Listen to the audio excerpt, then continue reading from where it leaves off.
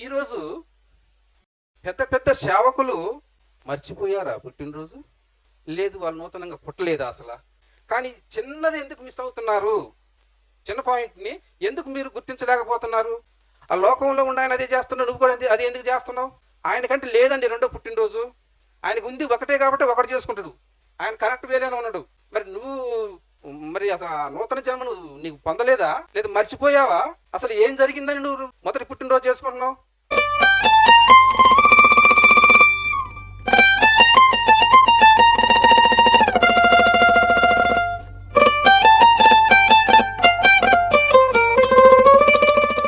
ప్రియమైన దేవుని వారలారా, నేను కూడా యూట్యూబ్లో అందరి ప్రసంగాలు వింటానండి. ప్రసంగాలు ఇది మన సంఘం ఆయనే అనేది ఏమి ఉండదు నా కాడ. అందరి ప్రసంగాలు వింటాను. ఎందుకంటే నేనేమని నమ్ముతానంటే, ఒక పిచ్చివాడి నోట్లో నుంచి కూడా మంచి మాట మనకి ఏదో ఒకటి దొరికిద్ది అనే ఉద్దేశంతో నేను వింటుంటానండి. అంటే పిచ్చివాడు అంటే చెప్తున్నా, జనరల్గా వేరే వాళ్ళు ఒక అన్యులు మాట్లాడినా వాళ్ళలోంచి ఒక పాయింట్ మనకి ఏదో ఒకటి మనకు దొరికిద్దని ఆ ఆలోచనతో నేను వింటాను అనమాట. అయితే మనకు అవసరమని తీసుకుంటాను, అవసరం కానీ విడిచిపెట్టేస్తాం. అందుకని అందరి యూట్యూబ్లో అందరి వింటానండి నేను. అయితే నేను ఆలోచన చేసింది మీ ముందు పెడతాను. నేను ఆలోచన చేసింది నిజము అని నేను అంటలేదు. మీరు కూడా ఒకసారి ఆలోచన చేయండి దాని గురించి. మనందరం దేవుని పిల్లలం కాబట్టి దేవుడు నాకు ఇచ్చినటువంటి ఆలోచన మీ ముందు పెడుతున్నాను. అది ఎంతవరకు వాస్తవమో మీరు కూడా ఆలోచన చేయండి ఒకసారి. ఏంటి నేను ఆలోచన చేసింది అంటే, పరిశుద్ధ గ్రంథములో దేవుడు పరిశుద్ధాత్మ ద్వారా కొరింథీయులకు రాసిన పత్రిక 2వ పత్రికలో తీయొద్దని చెప్తున్నాను. ఏమని అంటాడంటే, మీరు విశ్వాసులై ఉన్నారో లేరో మిమ్మల్ని మీరు పరీక్షించుకోండి అని చెప్పడం జరిగింది. అలాగనే యేసుక్రీస్తు వారు ఏమన్నారంటే, ముందు నీ కంటిలో ఉన్నటువంటి దూలాన్ని తీసేసుకో. ఎదటివాడి కంటిలో నలుసే ఉంది, నీ కంటిలో దూలం ఉంది. అంటే ఈ రెండు మాటలను బట్టి మనం ఏం అర్థం చేసుకోవాలంటే, వేరే వాళ్ళ గురించి తర్వాత ముందు మన గురించి మనం ఆలోచన చేసుకోవాలి. అసలు మనం సరిగా ఉన్నామా లేవా, పడిపోయి ఉన్నామా నిలుచొని ఉన్నామా అని ముందు మన గురించి మనం ఆలోచన చేసుకోవటం మన ఆత్మీయ జీవితానికి మంచిది అని నేను అనుకుంటున్నాను, ఈ రెండు మాటలను బట్టి. అయితే ఏంటి నేను ఆలోచన చేసిందంటే, ప్రియమైన దేవుని వారలారా, లోకములో 2 రకాల మనుషులు ఉన్నారు. ఏంటి ఎవరు అంటే, దేవుణ్ణి నమ్మిన వారు ఉన్నారు, దేవుణ్ణి నమ్మని వారు ఉన్నారు. మనం ఏమని ఆలోచన చేస్తామంటే, దేవుణ్ణి నమ్మిన వారిని క్రైస్తవులము అని మనం అనుకుంటున్నాం, మనం పిలుస్తున్నాం. ఏమని? క్రైస్తవం. దేవుని నమ్మని వారిని అన్యజనులు అని పిలుస్తున్నాం. అంటే క్రైస్తవులు దేవుని నమ్మారంటే దేవుని ఉద్దేశాలు, దేవుని ఆలోచనలు, అసలు దేవుడు అంటే ఏంటి అనేది ఎంతో కొంత క్రైస్తవులకు తెలిసి ఉండాలి. అంతే కదా? క్రైస్తవులు అంటే క్రీస్తుని ధరించుకున్నాం మనం. దేవుని గురించి ఎంతో కొంత ఇన్ఫర్మేషన్ మనకి తెలిసి ఉండాలి. మరి అన్ని జనులు అంటే వారు దేవుని ఎరగని వారు కాబట్టి అన్ని జనులుగా మనం వారిని చూస్తున్నాం. అయితే నేను ఆలోచన చేస్తే ఏమర్థమైందంటే, ఈ క్రైస్తవులు అనేవారు అన్ని జనులకి ఒక సవాల్ ఇస్తున్నట్టు అనిపిస్తుంది నాకు. ఎవరికి? అన్ని జనులకి. ఏంటి ఆ సవాల్ అంటే, మేము క్రైస్తవులము, క్రీస్తుని ధరించుకున్న వారము, దేవుని నమ్మిన వారము, దేవుని గురించి ఎరిగిన వారము అయినా ఏ విషయంలోనూ మీకంటే మేము తక్కువ వారం కాము. ఒక సవాల్ ఇచ్చినట్టు అనిపిస్తుంది నాకు. ఏ విషయంలోనూ మీకంటే మేము తీసేసే వాళ్ళం కాదు, ఏ విషయంలో తగ్గం మేము, అసలు తగ్గేదే లేదు అసలు అన్నట్టుగా నాకు అనిపిస్తుంటుంది. మరి ఏంటి అంటే, ఏ విషయంలో అంటే, క్రైస్తవులంగా పాత నిబంధనలు అయితే పండగలు, ఆచారాలు, పద్ధతులు, కట్టుబాట్లు అన్నీ ఉన్నాయి కదండి.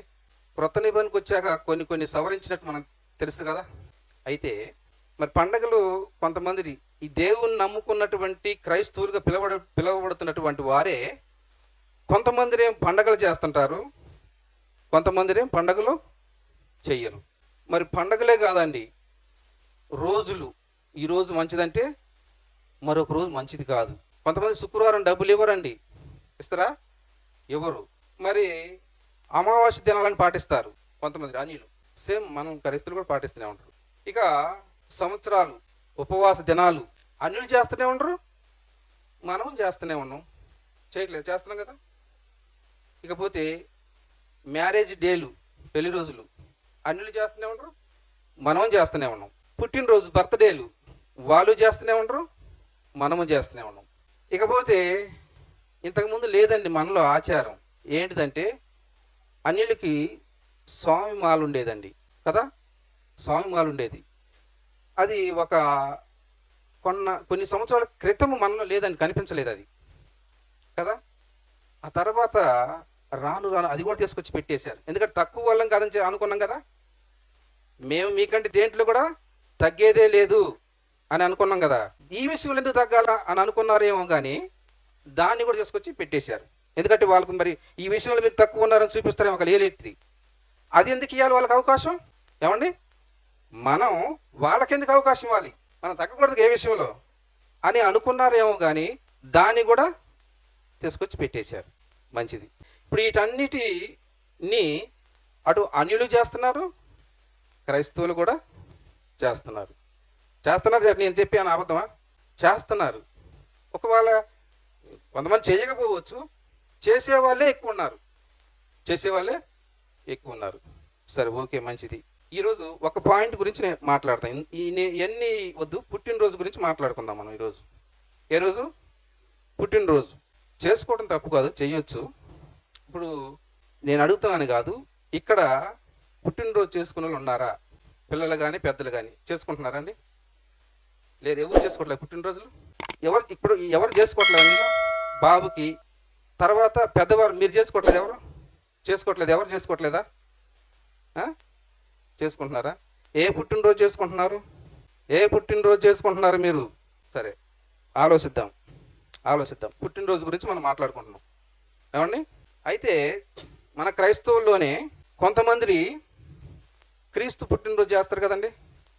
క్రీస్తు పుట్టినరోజు సరే, వాళ్ళు తెలుసో తెలియకో ఏదో కొన్ని సంఘాలు చేస్తున్నారు, కొన్ని సంఘాలు దాన్ని ఖండిస్తున్నారు, చేయటం మంచిది కాదని. అది మనకి లేదు. ఆ పద్ధతి, ఆ ఆచారాలు బైబిల్లో దేవుడు రాయించలేదు. దాని గురించి సరైనటువంటి ఇన్ఫర్మేషన్, డేట్ కానీ మనకు లేదు. కాబట్టి దానివల్ల చేయటం ఉపయోగం లేదు.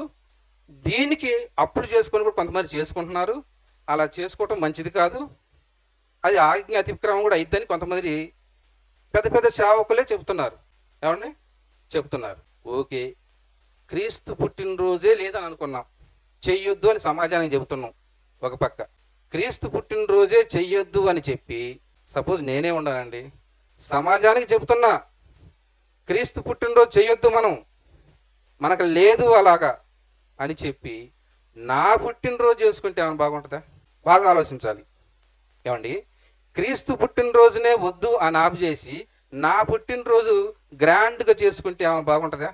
క్రీస్తు పుట్టినరోజు చేసినా కొద్దిగా ఏదో కొంత అన్య జనానికో ఈ లోకానికో కొద్దిగా ఏదో మేలు జరగవచ్చు దానివల్ల. ఏమండి, ఒక మర్చిపోకుండా ఒక గుర్తింపులో ఉంటుంది మనకి. నా పుట్టినరోజు వల్ల ఏమేమి ఉపయోగం అండి సమాజానికి ఉంటుందా? మన పుట్టినరోజుల వల్ల ఎవరికి మేలు? ఈ సమాజానికి మేలు జరిగిద్దా? జరగదు. అసలు ఎవరికి నా పుట్టినరోజు వల్ల ఏముంది? అసలు క్రీస్తు పుట్టినరోజే వద్దని చెప్పి నా పుట్టినరోజు చేసుకోవటం ఎంతవరకు న్యాయం? ఇది మీరు బాగా ఆలోచించాలి. జరుగుతున్నాయి నేడు సమాజంలో. వాళ్ళేమి నిన్నగాక మొన్న విశ్వాసంలోకి వచ్చిన వాళ్ళు కాదండి, చిన్నోళ్ళు కాదు, పెద్ద పెద్ద సేవకులు, పేరు పొందిన సేవకులు. మరి వాళ్ళు పుట్టినరోజు చేసుకుంటున్నారండి. మామూలుగా కాదండి, చాలా గ్రాండ్గా చేసుకుంటున్నారు. ఒక రాజకీయ నాయకుడు, ఒక సినిమా యాక్టరు ఏ రేంజ్లో చేసుకుంటారో వారు కూడా సరిపోరేమో అనిపిస్తుంది ఒకసారి. ఆలోచన చేయండి. సరే, ఒకవేళ అంతగా నీకు ఇంట్రెస్ట్ ఉంటే, పుట్టినరోజు నాకు చేయకపోతే నాకు నిద్ర పట్టదు అని నీకు అంతగా ఇంట్రెస్ట్ ఉంటే చేసుకో. ఒక క్రైస్తవుడుగా నీకు ఒక పుట్టినరోజు ఉంది, చేసుకో, దాన్ని చేసుకో, తప్పులేదు. ఆ వచనంలోకి పోయే ముందు ఒక ఉదాహరణ మీకు చెప్తానండి, బాగా వినాలి. కోదాడు పక్కన పల్లెటూరు మాది. ఎవరండి? కోదాడు పక్కన ఒక పల్లెటూరు.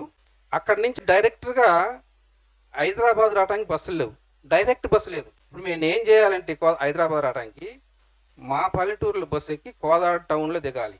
అక్కడ దిగితే ఎటైనా వెళ్ళొచ్చు, బస్సులు అన్నిటికి ఉంటాయి, రూట్ సౌకర్యం. ఇప్పుడు నేను అక్కడ ఎక్కాను బస్సు, అక్కడ ఎక్కి ఆ బస్సులో జర్నీ చేస్తున్నాను. ఇప్పుడు నాకు ప్రాముఖ్యం ఆ బస్సే. నాకు ఇప్పుడు నన్ను గమ్యస్థానం తీసుకెళ్ళేది ఆ బస్సే. నాకు ఆ బస్సు ముఖ్యం. ఇప్పుడు వచ్చాను కోదాడు బస్ స్టాండ్లో దిగాలి. నేను దిగను, నాకు ఇదే ముఖ్యం అనుకుంటే నేను కోదాట్లోనే ఉంటా. అర్థమవుతుందా? కొంచెం జాగ్రత్తగా వినండి. నేను కోదాట్లోనే ఉంటా. కానీ నేను ఏం చేయాలి అప్పుడు? అది దిగి ఇంకొక బస్సు, హైదరాబాద్ బస్సు ఎక్కాలి నేను కదా. ఎక్కాను, ఇప్పుడు హైదరాబాద్ బస్సు ఎక్కాను. ఇప్పుడు నేను ఏం ఆలోచన చేయాలి? ఇప్పుడు నాకు ఏది ముఖ్యం? ఇప్పుడు ఈ బస్సు ముఖ్యం, నాకు పాత బస్సు కాదు. అర్థమవుతుందండి? ఇంతకుముందు మా ఊరు నుంచి ఎక్కి కోదాడ దగ్గర వచ్చిన అప్పుడు అది ముఖ్యం. ఇప్పుడు నాకు అది ముఖ్యం కాదు. ఇప్పుడు నాకు ఏది ముఖ్యం? ఈ బస్సు ముఖ్యం. ఇప్పుడు నేను జర్నీ చేసే బస్సు ముఖ్యం కదా.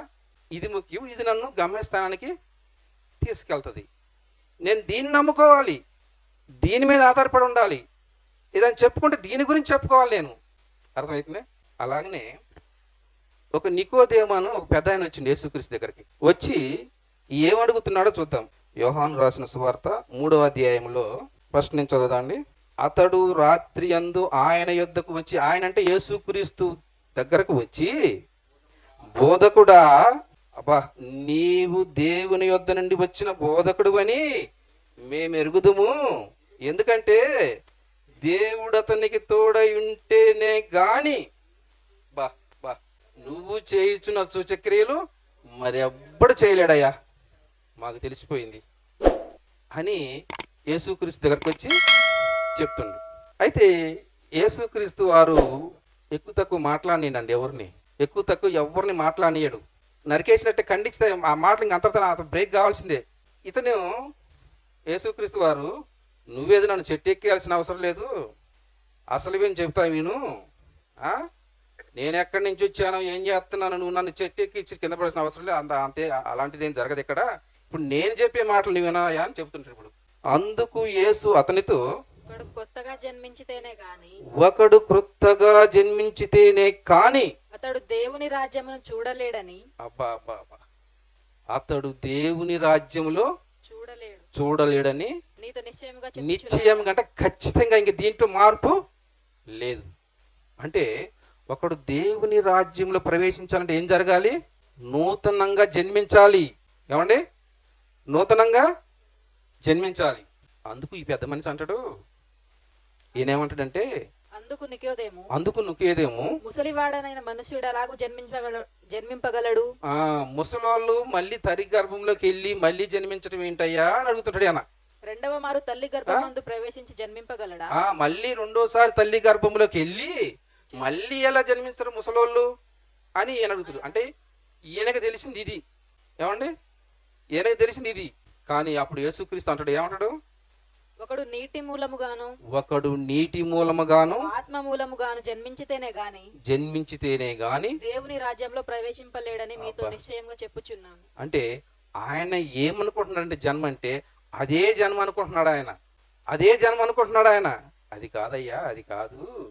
నువ్వు మళ్ళీ తల్లి గర్భంలోకి వెళ్ళాల్సిన అవసరం లేదు, అంత రిసుకు తీసుకోవాల్సిన అవసరం లేదు, అంత ప్రయాసపడాల్సిన దాని గురించి నువ్వు పెద్దగా బుర్ర పగలగొట్టాల్సిన అవసరం లేదు. నేను చెప్తున్నా, ఒకడు నీటి మూలంగాను ఆత్మ మూలంగాను జన్మించాలి. ఇలాంటి జన్మ జరగాలి. ఎందుకు అంటే దేవుని రాజ్యంలో ప్రవేశించాలంటే ఈ జన్మ జరగాలి. ఆయన ఏమనుకుంటుండో, ఏమంటే తల్లి గర్భంలో నుంచి వచ్చింది అదే జన్మ, అదే పుట్టుక అంటున్నాడు. ఈ లోకం వ్యవహారంలో భాషలో మాట్లాడుకోవాలంటే అది వాస్తవమే. కానీ వాక్యానుసారంగా దేవుడు ఏమని రాయించాడండి? యోహాను రాసిన సువార్త 8:42 వచనం. యేసు వారితో ఇట్లనేను, దేవుడు మీ తండ్రి అయిన ఎడల మీరు నన్ను ప్రేమింతురు, నేను దేవుని యొద్ద నుండి బయలుదేరి వచ్చి ఉన్నాను. చూసారా?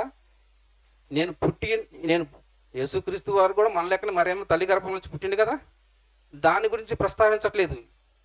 ఏమని అంటున్నాడు ఇక్కడ? నేను దేవుని యొద్ద నుండి బయలుదేరి వచ్చి తిని పుట్టానంటలేదు. అంటే యేసుక్రీస్తు వారు పరలోకంలో ఉన్నటువంటి తండ్రి అయిన దేవుని దగ్గర నుంచి బయలుదేరి వచ్చిండు. ఇప్పుడు యేసుక్రీస్తు అయినా మనం కూడా అంతే వచ్చామా? మనం కూడా అంతే వచ్చామండి. మనం కూడా అంతే వచ్చాము. అసలు వాస్తవంగా తల్లి గర్భంలో నుంచి వచ్చిందే పుట్టుక అనుకుంటుంది లోకం. కానీ లోకానికి తెలియని వాస్తవం ఒకటి ఉంది. మన మన బర్త్డే కూడా మనకు తెలియదండి. తెలుసా? మీకెవరైనా తెలుసా? నాకు తెలియదు నా బర్త్డే. ఏ బర్త్డే? నా తల్లి గర్భం నుంచి వచ్చింది కాదు, నేనే దాని గురించి కాదు. అసలు అది కూడా నాకు తెలియదు.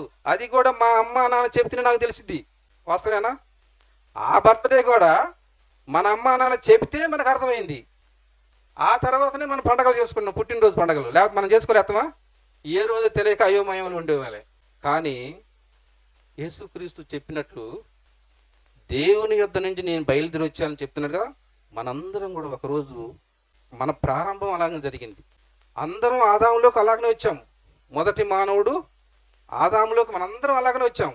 ఇప్పుడు ఆ పుట్టినరోజు తెలిస్తే మనం కూడా అది ఆ రోజే దేవుని మన పుట్టినరోజు. ఏమండి? మరి అది మనకు తెలుసా? అది ఎవరికి తెలుసు? మన తండ్రికి తెలుసు అది. ఏమండి? ఇప్పుడు తల్లి గర్భంలోంచిన పుట్టినరోజే మనకు తెలియదు. అది మన తల్లి తండ్రి చెప్తే మనకు అర్థమైంది. మరి ఆత్మీయంగా మనం మన కన్నది ఎవరు? పరలోకం ముందు కన్న తండ్రి. అది ఎవరికి తెలుసు? ఆయనకి తెలుసు, దేవుడికి తెలుసు కదా. అలాగనే మరి ఈరోజు పుట్టినరోజులు ఈ విధంగా చేసుకుంటాను. నికోదేము చెబుతున్నాడు. నికోదేము అనుకుంటున్నాడు తల్లి గర్భంలో నుంచి వచ్చిందే పుట్టినరోజు అనుకుంటున్నాడు. యేసుక్రీస్తు వారు అంటున్నారు అది కాదయ్యా పుట్టినరోజు, అది కాదు పుట్టినరోజు. పుట్టినరోజు ఏమంటున్నాడు? ఒకటి నీటి మూలంగాను ఆత్మ మూలంగాను మరలా జన్మించితేనే. మరి ఈరోజు పెద్ద పెద్ద సేవకులకి మర్చిపోయారా పుట్టినరోజు? లేదు, వాళ్ళు నూతనంగా పుట్టలేదా? అసలు మరలా పుట్టలేదా? నాకు మేము ఫస్టే చెప్పిన, నాకు అర్థం కానిది నేను ఆలోచన చేసింది మీ ముందు పెడుతున్నానని చెప్పిన. నేను ఈరోజు పెద్ద పెద్ద సేవకులు ఒక 25, 30, 40 సంవత్సరాలు అనుభవం అండి వాళ్ళ సేవలో. చిన్నవాళ్ళేం కాదు. ఏమండి? వాళ్ళకి అంత పెద్ద సేవ చేసి కష్టపడరు, బాగానే ఉంది, మంచిగా ఉంది సేవ, వాళ్ళు మంచిగా ఉంది. కానీ చిన్నది ఎందుకు మిస్ అవుతున్నారు? చిన్న పాయింట్ని ఎందుకు మీరు గుర్తించలేకపోతున్నారు? ఆ లోకంలో ఉండి ఆయన అదే చేస్తున్నావు, నువ్వు కూడా అది ఎందుకు చేస్తున్నావు? ఆయనకంటే లేదండి రెండో పుట్టినరోజు. ఆయనకు ఉంది ఒకటే కాబట్టి ఒకటి చేసుకుంటాడు. ఆయన కరెక్ట్ వేలేనే ఉన్నాడు. ఆయన కరెక్ట్ వేలే ఉన్నాడు. కానీ వేదప్పింది ఎవరు? క్రైస్తవుడు. క్రైస్తవుడు వేదప్పిండు. మరి నువ్వు మరి అసలు నూతన జన్మను నీకు పొందలేదా? లేదా మర్చిపోయావా? అసలు ఏం జరిగిందని నువ్వు మొదటి పుట్టినరోజు చేసుకుంటున్నావు? చేసుకుంటే ఏ పుట్టినరోజు చేసుకోవాలి నువ్వు? క్రైస్తవులుగా మనం ఏ పుట్టినరోజు చేయాలండి? ఒకడు నూతనంగా జన్మించిందే తప్ప పరలోకంలో ఇంత ఖచ్చితంగా ఉందే ఈ ఆజ్ఞ, ఈ మాట. ఏమన్నా ఒకళ్ళు చేయాలని చేసుకోవాలని ఆశ ఉంటే మంచిదేనండి, చేసుకోండి. ఎందుకంటే కొలసీల పత్రికలో ఏమంటాడు? మాట ద్వారా కానీ క్రియ ద్వారా కానీ మీరు ఏమి చేసినను ప్రభు అయిన యేసుక్రీస్తు ద్వారా తండ్రి అయిన దేవునికి కృతజ్ఞతస్తులు చెల్లించుడి. మంచిదే, నువ్వేదో కార్యక్రమం చేస్తున్నావు, మంచిదే. అది ఏది ఉపయోగం లేని దాన్ని చేసి పట్టుకొని ఆడపడుతున్నావు ఏంది? అది గతించిపోయింది కదా, అది అవసరం లేదు కదా. ఇప్పుడు నీకు అవసరం ఉందని దాన్ని నువ్వు చేస్తే, క్రైస్తవుడుగా చేస్తే నువ్వు ఇది చేయాలి. నోట్లు రద్దయినాయి తెలుసు కదా. పాత నోట్లే ఉన్నాయి అనుకోండి మన దగ్గర. 1,00,000 రూపాయలు జేబులో ఉందనుకోండి, పాత నోట్లు. టీ పోతారండి, టీ దొరికిద్దా? దొరకదు. ఎందుకు? అవి చల్లవు, అయిపోయింది, డేట్ అయిపోయింది, టైం అయిపోయింది, చల్లవు, కొత్త వచ్చింది వాళ్ళ ప్లేస్లో కదా. టీ 1,00,000 రూపాయలు పెడితే టీ కూడా పోయాడండి. 10 రూపాయలు టీ. దాన్ని పొద్దుగూకులు జేబులు పెట్టుకుని ఊరు మొత్తం తిరిగి నువ్వు అలసిపోవటమే, కానీ నీకు టీ పోయేసేవాడు ఉన్నాడు. తిరిగి నువ్వు అలసిపోవటమే. మరి దేవుడు కూడా మనకి క్రొత్త నిబంధన పాత నిబంధన ఇచ్చిందండి. 2 నిబంధనలు ఇచ్చింది దేవుడు. ఇప్పుడు ఏ నిబంధన మనం ఫాలో కావాలి? క్రొత్త నిబంధన ఫాలో కావాలి కదా. క్రొత్త నిబంధన ద్వారానే మనకి ఏముంది? రక్షణ ఉంది కదా. మరి ఇవన్నీ తెలుసు, బాగానే బోధిస్తావు, బాగానే చేస్తావు, మంచిగానే సంఘాలు కడతావు, అన్నీ చేస్తున్నావు, ఎన్నిటిగా బాగానే తెలివితేటలు బాగానే ఉపయోగిస్తున్నావు. ఎందుకు నూతన జన్మ ఎందుకు మిస్ అయిపోతుంది? క్రైస్తవ్యం ఎవరు పట్టినా ఆ పాత్రే చేస్తున్నారు. కానీ ఏమండి, నేను మరి నేను నూతనంగా ఇప్పుడు సహజంగా ఒక మార్పు అనేది కనపడాలి కదండి. దేవుణ్ణి నమ్ముకున్న వాళ్ళకి నమ్ముకున్న ఒక మార్పు కనపడాలా వద్దా? ఆయన అదే చేస్తుంటే నువ్వు అదే చేస్తుంటే ఏమింది మార్పు నీలో? ఏమంటే తాగినోడు ఎట్లా నడుతాడు? రోడ్డుకి అటు ఇటు నడుతుంటాడు. తాగకుండా నువ్వు కూడా అటు ఇటు నడుతున్నావు అనుకో, నిన్ను కూడా ఏమంటారు? తాగినోడు అంటారు కదా. మార్పు కనపడాలి కదా. ఒక చదువుకున్నానికి మార్పు మనం చూస్తున్నావా? చూస్తాం, కంపల్సరీగా చూస్తాం, అతని జీవితాల్లో చూస్తాం. నేను క్రైస్తవుని, క్రీస్తుని ధరించుకున్నాను, దేవుణ్ణి నమ్ముకున్నాను అని చెప్పుకుంటుంటా. నీవు అన్యుడికి నీకు తేడా వద్దా? గమనించొద్దా? ఆయన చేసిన నువ్వు చేస్తే ఏంటి తేడా? వాళ్ళకి మనకు తేడా ఏంటండి? ఏం చూపిస్తాం సమాజానికి తేడా మనం? ఏమండి, ప్రతి విషయంలోనూ వాళ్ళకి మేమేం తక్కువ కాదు, మేము అన్నట్టు మన ప్రవర్తన, మన అన్నీ అలాగనే ఉంటున్నాయండి. మార్పు తీసుకురావాలండి, మార్పు తీసుకురావాలి. ఇది చిన్నదని వదిలిపెడితే ఇప్పుడు సమాజానికి ఎలా అర్థమైంది? నువ్వు పాదే చేసుకుంటూ పోతుంటే కొత్తది ఎలా సమాజానికి పరిచయం అయింది? పరిచయం చేసేవాడు నువ్వే పక్కన పడేస్తే అది ఎవరు పరిచయం చేస్తారు మరి? ఈ సమాజానికి దేనికి వచ్చాం? మనం ఇక్కడ దేనికి వచ్చాం? పండగలు చేసుకోవడానికి వచ్చామా? ఏమండి, ఎంజాయ్ చేయడానికి వచ్చాము ఇక్కడ? దేనికి వచ్చాం మనం? దేనికి వచ్చామండి? చూడండి, యేసుక్రీస్తు ఏమంటుండు? యోహాను సువార్త 17వ అధ్యాయం 4వ వచనం. చేయుటకు నీవు నాకు ఇచ్చిన పని, చేయుటకు నీవు నాకు ఇచ్చిన పని పని పని అంటున్నాడండి. పండగ అంటలా. మనం ఏమంటున్నాం? పండగలు చేసుకుంటున్నాం. యేసుక్రీస్తు వారు ఏమంటున్నాడు? పని గురించి ఆలోచిస్తున్నాడు. మనం ఏ పండగ ఎలా చేయాలని మనం ఆలోచిస్తున్నాం. చేయుటకు నువ్వు నాకు ఇచ్చిన పని నేను సంపూర్ణంగా నెరవేర్చిందంటండి. భూమి మీద నేను మహిమపరిచితి. సగం కూడా చేయట్లేదు మనం. యేసుక్రీస్తు వారు చేయుటకు తండ్రి, చేయుటకు నువ్వు నాకు ఇచ్చిన పని సంపూర్ణంగా జరిగించి భూమి మీద నిన్ను మహిమపరిచాను. మరి మనల్ని మహిమపరచుకోవటానికి వచ్చామా? దేవుడిని మహిమపరచడానికి వచ్చామా? దేవుడు పని చేసి దేవుణ్ణి మహిమపరచడానికి వచ్చాము మనం భూమి మీదకి. మనం మహిమపరచుకోవటానికి రాలేదండి, రాలేదు. ఏమండి, ఎప్పుడు యేసుక్రీస్తు వారు తండ్రి పనుల మీదనే, అసలు 12వ సంవత్సరంలో చెప్పిండు కదా. 12వ సంవత్సరంలోనే తల్లిదండ్రులకి ఏమని చెప్పిండు? నేను నా తండ్రి పనుల మీద ఉండాలని మీరు ఎరుగరా అంటే 12వ సంవత్సరం కానించే ఉంది మైండ్లో ఆయనకి, నేను ఎందుకు వచ్చానని. నేను అసలు భూమి మీదకి ఎందుకు వచ్చాను అనే విషయం దేవుడు యేసుక్రీస్తు వారు మర్చిపోలేదు. మనం మర్చిపోయాం, అంతే తేడా. మనము ఎందుకు వచ్చాము మనం మర్చిపోయాము.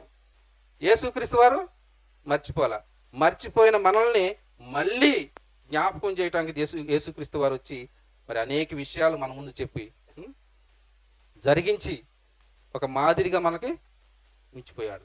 మనకు మాదిరి ఎవరు? యేసుక్రీస్తు వారు. పౌలు కూడా అంటాడండి, నన్ను పోలి నడుచుకోండి. ఎందుకు పౌలుని ఎందుకు పోలి నడుచుకోవాలంటే ఆయన క్రీస్తుని పోలి నడుచుకోండి కాబట్టి. ఎంత ధైర్యం కావాలంటే ఆ మాట చెప్పడానికి? ఆ మాట చెప్పడానికి పౌలు గారికి ఎంత ధైర్యం కావాలి? నడుచుకోబడి చెప్పిండా, నడుచుకోకుండా చెప్పిండు? ఆ మాట నడుచుకొని చెప్పిండండి. యోహాను సువార్త 8వ అధ్యాయం 29వ వచనం. నన్ను పంపిన వాడు నాకు తోడై ఉన్నాడు, ఆయనకి ఇష్టమైన కార్యం నేను ఎల్లప్పుడూ చేయుదును గనుక. ఆయనకి ఇష్టమైన కార్యం నేను ఎల్లప్పుడూ చేస్తాను అంటున్నాడు యేసుక్రీస్తు వారు. ఎవరికి ఇష్టమైన కార్యము? దేవునికి, నా తండ్రికి ఇష్టమైన కార్యములు నేను ఎల్లప్పుడూ చేస్తాను. ఏమండి, మనల్ని రక్షించుకోవటం ఎవరికి ఇష్టమైన కార్యం ఇది? దేవునికి ఇష్టమైన కార్యం ఇది. దేవుని పిల్లలుగా దేవుడు మనల్ని రక్షించుకోవాలని ఈ యొక్క ఆలోచన ఎవరిది? దేవుని ఆలోచన. ఇది దేవుని ఆలోచన. అందుకనే దేవుడు లోకమును ఎంతో ప్రేమించింది. ఇందాక చెప్పుకున్నాం, దేవుడు లోకమును ఎంతో ప్రేమించిండు. అంటే లోకం అంటే మనుషులని ప్రేమించేసిండు, తన ప్రియ కుమారుణ్ణి ఇచ్చిండు. అందుకే మనల్ని కాపాడుకోవటం దేవుని ఇష్టం, అది దేవుని ఆలోచన. మరి యేసుక్రీస్తు వారు ఏమన్నాడు? నా తండ్రికి ఇష్టమైన నేను చేయదును. యేసుక్రీస్తు వారు ఎప్పుడు తన తండ్రికి ఇష్టమైన కార్యాలే చేసేదండి. మనం ఏం చేస్తున్నాం? మనకిష్టమైన మనం చేస్తున్నాం, అంతే కదా. ఇప్పుడు నా పుట్టినరోజు చేయటం వల్ల ఎవరికి సంతోషం? నాకు సంతోషం. దేవునికి ఆ సంతోషం ఇది? దేవుని ఆనందిస్తాడా? ఏమి లేదే. నా పుట్టినరోజు చేసుకున్నా, ఏ పండగలు చేసుకున్నా, ఫంక్షన్లు చేసుకున్నా, ఏది చేసుకున్నా ఇది నా సంతోషం. దీనివల్ల దేవుడు సంతోషించడు. కనుక ప్రియమైన దేవుని వారలారా, మరి మొదటి శతాబ్దంలో ఉన్నటువంటి యేసుక్రీస్తు వారు జరిపించుకోలేదు. ఆ తర్వాత యేసుక్రీస్తు శిష్యులు ఉన్నారే, వారు కూడా యేసుక్రీస్తు పుట్టినరోజు చేయలేదు, వారు కూడా చేసుకోలేదండి. మనం ఎందుకు వచ్చామో ఆలోచన చేయాలి. ఆ చేసేది ఏమైనా వంక పెట్టకుండానే ఉండాలి కదా మరి. ఏమండి, చేసే పని అయినా వంక పెట్టకుండా ఉండాలి కదా. సమాజానికి నువ్వు పాత పుట్టినరోజు చేసుకుంటే నువ్వు మరి ఏంది, అసలు ఎందుకు మర్చిపోయిందండి నిజంగా నూతన జన్మ అనేది. మనకు దేవుడు అంతా ఇది లేకపోతే నువ్వు పరలోక రాజ్యంలో అసలు ప్రవేశమే లేదన్నప్పుడు ఇది ఎందుకు మర్చిపోయింది అసలు సమాజం, ఎందుకు చేయట్లేదు. ఏమండి, నేను పుట్టినరోజు చేసుకోను, కానీ ఇక్కడి నుంచి చేసుకుందాం అనుకుంటున్నానండి. ఏ పుట్టినరోజు అది కాదు, పాత బస్సు గారు నేను ఆలోచించట్లా. చెల్లెల నోటు, పాత బస్సులు, వాటి గురించి నేను ఆలోచించట్లా. ఇప్పుడు కొత్తగా ఒక బస్సు ఎక్కాను, దాని గురించి ఆలోచన చేయాలని. ఇక నేను ఇది చేస్తానండి, సమాజానికి చూపించడానికైనా చేద్దాం అనుకున్నాను. నూతన జన్మ మరి మనం పరిచయం చెప్తే ఎవరు పరిచయం చేస్తారండి. ఏమండి, చిన్నదే అని వదిలిపెట్టును అంటే దీనివల్ల ఒకళ్ళు ఆలోచన చేయొచ్చు, దీనివల్ల నీకు ఇది చేయటం వల్ల నీకు పరలోకం ఇస్తుందా, చేయకపోతే నువ్వు చేయలేదని ఈయడా అనేది కాదు. అక్కడ చేసేది ఏదో క్రమంగా చెయ్యి.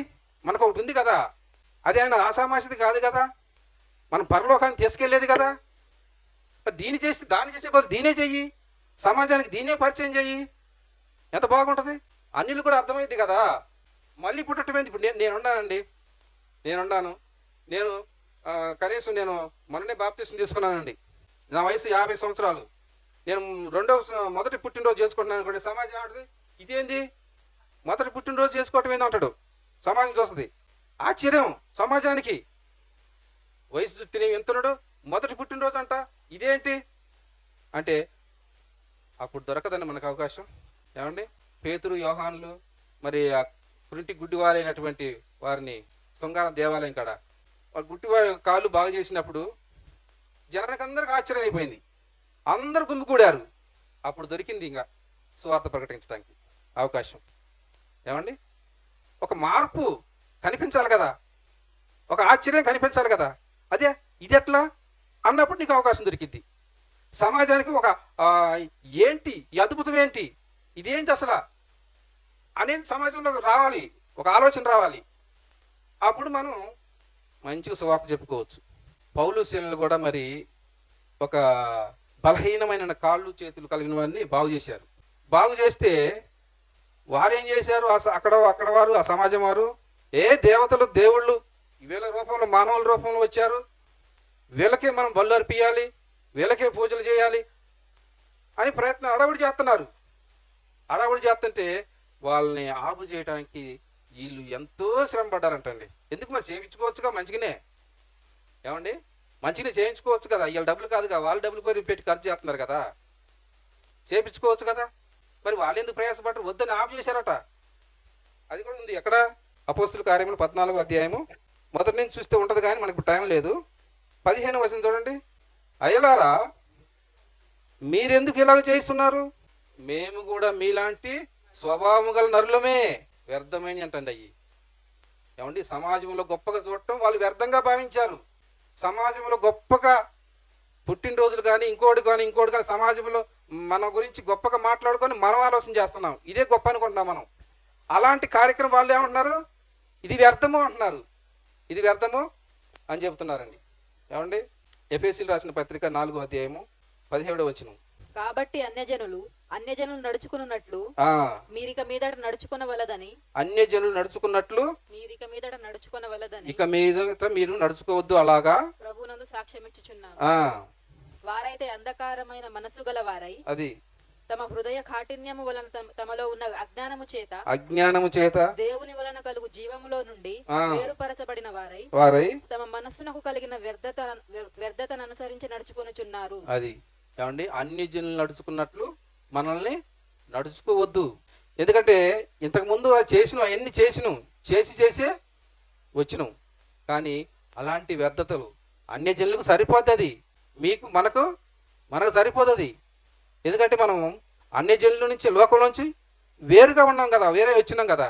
మళ్ళీ నువ్వు ఆడికే పోతున్నావు అంటే అర్థం ఏంటి, అవే చేస్తున్నావు అర్థం ఏంటి అంటే వారికి మనకు తేడా వద్దా. ఏమండి, లోకంలో ఉందంతా మోసము, దగ, ఇక వద్దు, నాకు ఆ జీవితం వద్దనే కదా ఇక్కడికి వచ్చింది. మనం మళ్ళీ అక్కడికే పోతున్నట్టు మనం ఏంటి, మనల్ని ఏమని లెక్కేయాలి. వాక్యాలు చెబుతుడు, కడగబడిన పంది మళ్ళీ ఎక్కడికి వెళ్తుంది, మురికేనండి. ఒక అతనంట పంది అంటే బాగా ఇష్టం అంట ఆయనకి. పందిని బాగా కడిగి మంచిగా పరుపేసి సెంటు కొట్టి పౌడర్ చూసి, ఏమండి, అటు బయటికి వెళ్ళి వచ్చేసరికి మళ్ళీ పరుపు మీద లేదంట పంది. మళ్ళీ బురద గుంటలో ఉందంట. ఎందుకు? దానికి అది అంటేనే ఇష్టం. పందికి ఏదంటే ఇష్టం? బురద అంటేనే ఇష్టం. అట్లనే మళ్ళీ మనం లోకంలోకి పోయి లోకంతో కలిసి చేస్తుంటే ఏమని అనుకోవాలండి? క్రైస్తవులు మనల్ని లోక అనిలో మనం అక్కడి నుంచే మనం వచ్చింది. ఏమంటే అక్కడి నుంచే వచ్చింది వద్దండి. అలాంటి వ్యర్థత జీవితం మనకి వద్దు. పౌలు గారు ఏమంటాడు? చనిపోయినా నేను బ్రతికినా క్రీస్తు కోసమే, క్రీస్తు కోసమే. వద్దండి. ఎందుకంటే ఒక మార్పును తీసుకురావాలి. క్రైస్తవుడు అంటేనే లోకమును తలక్రిందులు చేసేవాడిగా ఉండాలి, కానీ లోకంలో తలక్రిందులు అయిపోకూడదు. క్రైస్తవుడు లోకంలో తలక్రిందులు అయిపోకూడదు. మనం లోకాన్ని తలక్రిందులు చేయాలి. మరి ఇలా ఉంటే ఏం చేయలేస్తాం మనం? ఏమండి? ఒక మార్పును మనలో చూడలేకపోతే లోకం ఇక మనం ఏం చెప్పి మారవగలుగుతాం సమాజాన్ని? మనలోనే మార్పు సమాజం చూడలేకపోతే ఈ ఏం మారవాలి? మన సమాజాన్ని ఎప్పుడు మారవాలి? ఆలోచించిన ప్రియమైన దేవుని వారలారా, మార్పు తీసుకొద్దామండి. ఖచ్చితంగా మీరు కూడా ఆలోచన చేయండి. ఇది వాస్తవము అనుకుంటే ఇప్పుడు మనం మాట్లాడుకున్న మాటలను బట్టి నూతనంగా జన్మించిన ప్రతి ఒక్కరూ కూడా నూతన జన్మను పండగ చేసుకోవడానికి ప్రయత్నం చేయండి. ఆలోచన చేయండి. పాత దాని గురించి విడిచిపెట్టండి. ఎందుకంటే ఇప్పుడు అసలైనటువంటి సత్య సువార్త బయటకు వచ్చిందండి. మరుగున పడిపోయినటువంటి సువార్త ఇప్పుడే బయటకు వచ్చింది. అసలైన సత్య సువార్త. అందుట్లో ఇది ఒక భాగం కావచ్చు అనుకుంటున్నాను నేను. ఈ మార్పు కూడా దానికి కలుపుదామండి. ఈ మార్పును కూడా సమాజానికి పరిచయం చేద్దామండి. అది మనతోనే ప్రారంభించాలని మరి మిమ్మల్ని అందరినీ కోరుకుంటూ, ఈ నూతన జన్మేందో సమాజానికి చూపించాలి, మనందరం ఫాలో కావాలి, అది సమాజంలో ఒక గుర్తింపు మనం తీసుకురావాలని కోరుకుంటూ నా మాటలు ముగిస్తున్నాను. మరి ఈ సమయంలో సహోదరికి మరి ఒకసారి వందనం చేసుకుంటూ మీ అందరూ కూడా వందనం తెలియజేస్తున్న మాటలు ముగిస్తున్నాను.